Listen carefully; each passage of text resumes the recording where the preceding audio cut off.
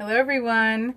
I was thinking that a lot of these ingredients that I use maybe that you're not familiar with, so I wanted to do a special video, a special treat video to go over some of the ingredients that I myself find that I will not do without. I need them for my baking, I need them for my cooking. Today to show you my ingredients and the brands and the things that I buy for my low carb baking. And this actually is a small short list in my book, page number 7 in my book, on the digital copy or the hard copy. And it goes over just a little short list of some of the common low carb ingredients that I recommend so that you can make all of my yummy recipes in my book. So starting at the top, I have my flours. I use almond flour, and it's going to be the blanched fine ground almond flour because there's two kinds. One is almond meal and it contains the almond skin, and this is almond flour, which is the blanched almonds. They blanch the almonds, peel the skins off, and then grind it up super fine. You see how it's like this super sandy powder? I keep mine in the refrigerator because almonds are known to go rancid because of the natural oils in them. And so if it smells funny or off, then you know it's bad. But I highly recommend keeping it in the refrigerator. I just use it straight from the refrigerator for my recipes without any problem. Another flour, which again, I don't find myself ever running out of, coconut flour. And I've actually taken a coconut oil container that I used up and cleaned, and then I just filled it up. Now, I have used Bob's Red Mill, I've used Nutiva, which is a really good brand, but coconut flour, it's another flour I don't ever run out of. Another is, it's not a flour, but it's in my recipes, a lot of my recipes is flaxseed meal. It's highly ground and super fine flax seeds, and this helps act as a binder and thickener, you see there. And this I also again keep in the refrigerator. I just have a place where I have all my flours in the door. And again, the omega oils that are in the flax seeds will go rancid if you keep them in the cupboard, so you want to keep them in the fridge.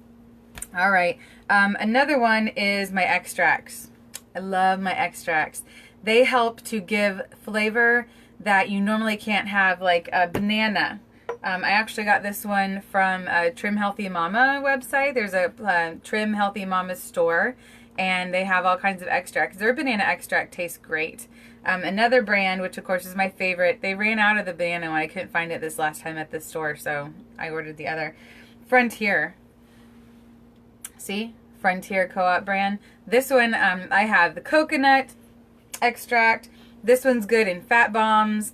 You could also put it in cakes. You know, make a coconut cake, and it actually helps keep the carbs low. That's what we're looking at, right? Orange. This is great in my keto orange chicken. I use this orange flavoring in the sauce. Really, really good. You guys got to check out the keto orange chicken. It is so good. Like, this orange just really tastes like fresh orange juice without the carbs, right? The extract. A maple flavor.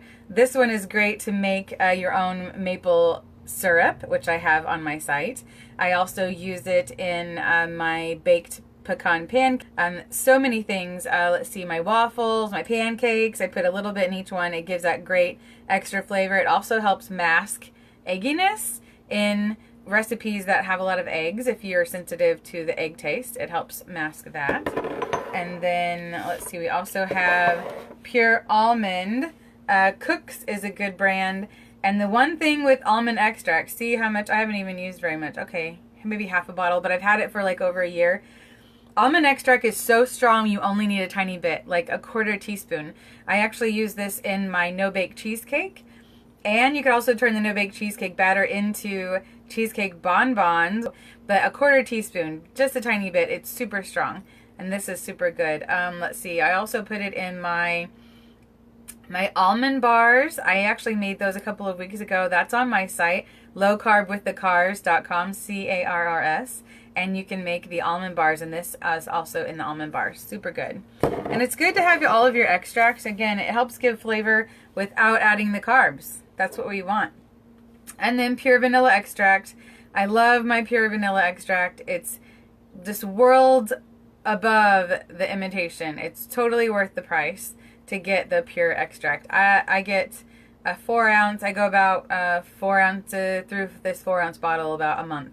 This lasts me about a month, so it's worth it. All right, let's talk about sweeteners. Sweeteners make low carb baking. They make your low carb journey so much easier, because a lot of times sweets are what we miss the most. That's what I miss the most. I raise my hand. I am a sweetaholic, and I miss all the sweets. So it's my job to recreate all of those so that I can still enjoy them. And I use a combination of Monkfruit, Lankanto Monkfruit sweetener.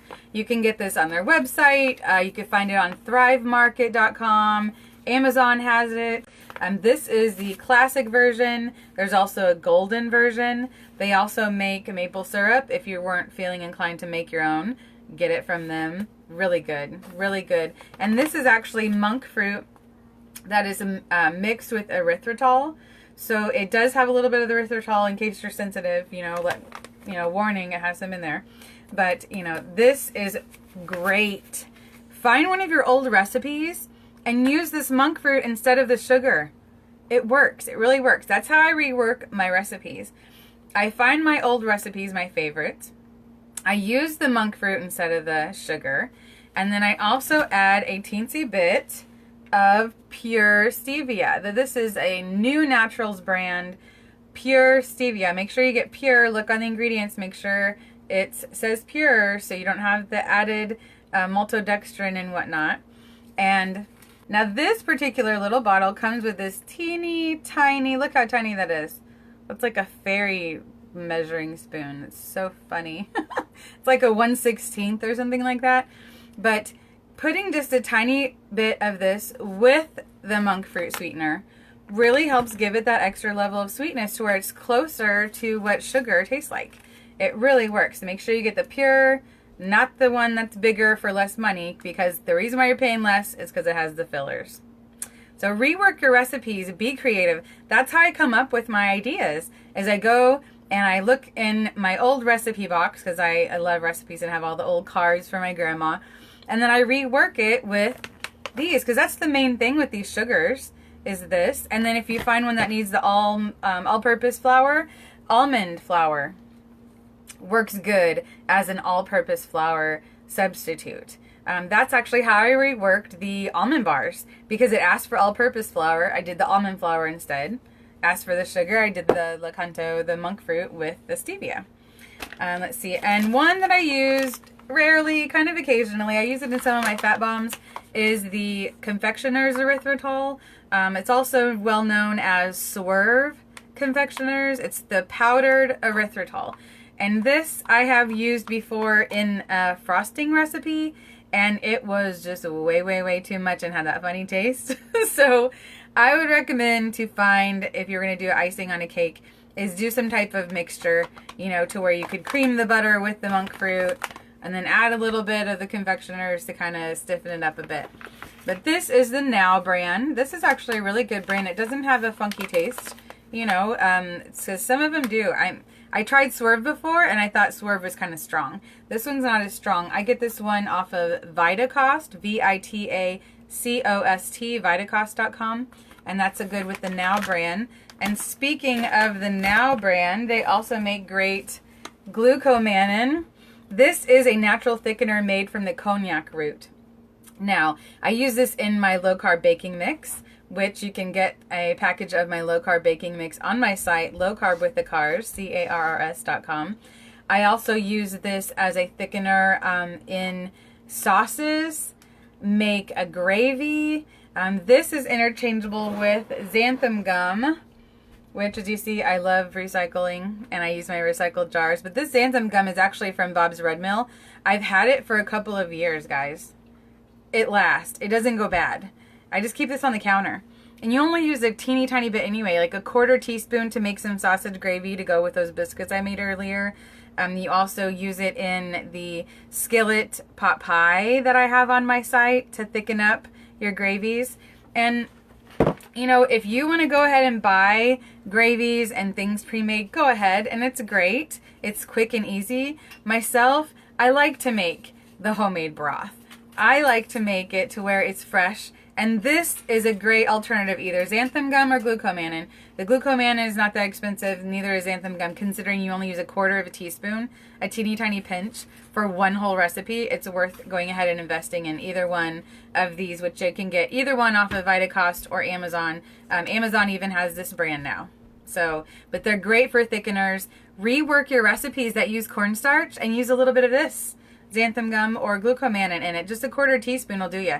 1/4 teaspoon of these is equivalent to like 2 or 3 tablespoons of all-purpose flour. So you can experiment and try things out. Rework your favorite recipes so that you can have your low-carb journey the way you want it and not have to eat a bunch of cardboard and yucky stuff. No, that's not it doesn't have to be that way. And let's see, on my list, which I was saying at the beginning, I have a small short list in my book, page 7, where it talks about common low-carb ingredients that I will not find myself without. I went over extracts and the sugars, nut butters. I don't do any peanut butter recipes because I have a reaction to peanuts, so does my son. So I just leave peanuts out. And anything where I ask for almond butter or nut butter, use peanut butter if you want. I prefer creamy almond butter. This is so good. It has a natural sweetness to it, so that's great too. I use this in my chocolate frosty clouds to kind of give it a thickening type of, and of course the nutty taste as well. I use this in my applesauce bread we'll be making later this month. So again, anytime I ask for nut butter, try peanut butter if you want, but almond butter is good because it's neutral and you don't taste it too much. Another one is tahini. Tahini is sesame seeds ground into a butter. So it's just like any old nut butter, but it's made from sesame seeds. So this is good for someone who can't have nuts at all, and you can have seeds, then use tahini instead of it. Now, if you get roasted tahini, it is a little bit of a smoky flavor, so consider that when you use it. You can get some that's raw so that it doesn't have the roasted flavor, but tahini is good for people who are allergic to nuts. And let's see, and then protein. I actually have my keto cereal, and I really like the Quest protein powder. Of course, you see I put it in my jar to save space. But this right here is the cinnamon crunch version. I just recently had gotten some salted caramel that I made my cereal with, which is really good. I don't like the bars. I think the bars are dry and I don't like them. But they do make cookies. If you've ever tried the Quest cookies, well, Quest makes these big cookies and you put them in the microwave or the oven and warm them up and they taste just like cookies. So that's good if you're on the run. Maybe you need a snack at work and you have a sugar craving. Get one of those Quest cookies. Those work really good. And chips, chocolate chips, you guys. I just recently found these Lily's baking chips. And the ones that they had made before kind of seemed a little grainy. These are a lot better than the ones that they made before. And considering if you're doing net carbs, these equal 0 net carbs because it's 8 grams total, but then you have 5 grams of fiber and 3 grams of sugar alcohol. Anytime there's sugar alcohol, you add those into the fiber count and subtract it from the total carbs, and that'll give you your net carbs. And that's a lot of the figures that I give you are net carbs, so that you can go forward. That's what I count. You know, I don't count really a lot. I just stick with a lot of low carb, ingredients, low carb, products that I have. Even with the Quest, like this one in particular, this one is 1 carb for 1 scoop, 1 huge scoop. Make a quick shake with this. Make my cereal with it. If you have any questions, go ahead and put them below and I'll help answer them. This is just a little array of products that I use and ingredients that I use in my baking and cooking that make it easier for me to stick with staying low carb. If you have any recipes that you want reworked, I actually had a request for a keto ooey gooey butter cake that I made, and it turned out awesome. And that was a request from one of my viewers. So if you have a recipe that you want me to rework, I will definitely give it a shot for sure. Cookbook, Low Carb with the Cars, quick and simple recipes. You can also get this book in digital form on my site, Low Carb with the Cars, CARRS.com. That's also where you can find my baking mix. And you can either purchase a package of baking mix to make my recipes, or you can make it yourself because I give you the recipe on how to make it yourself.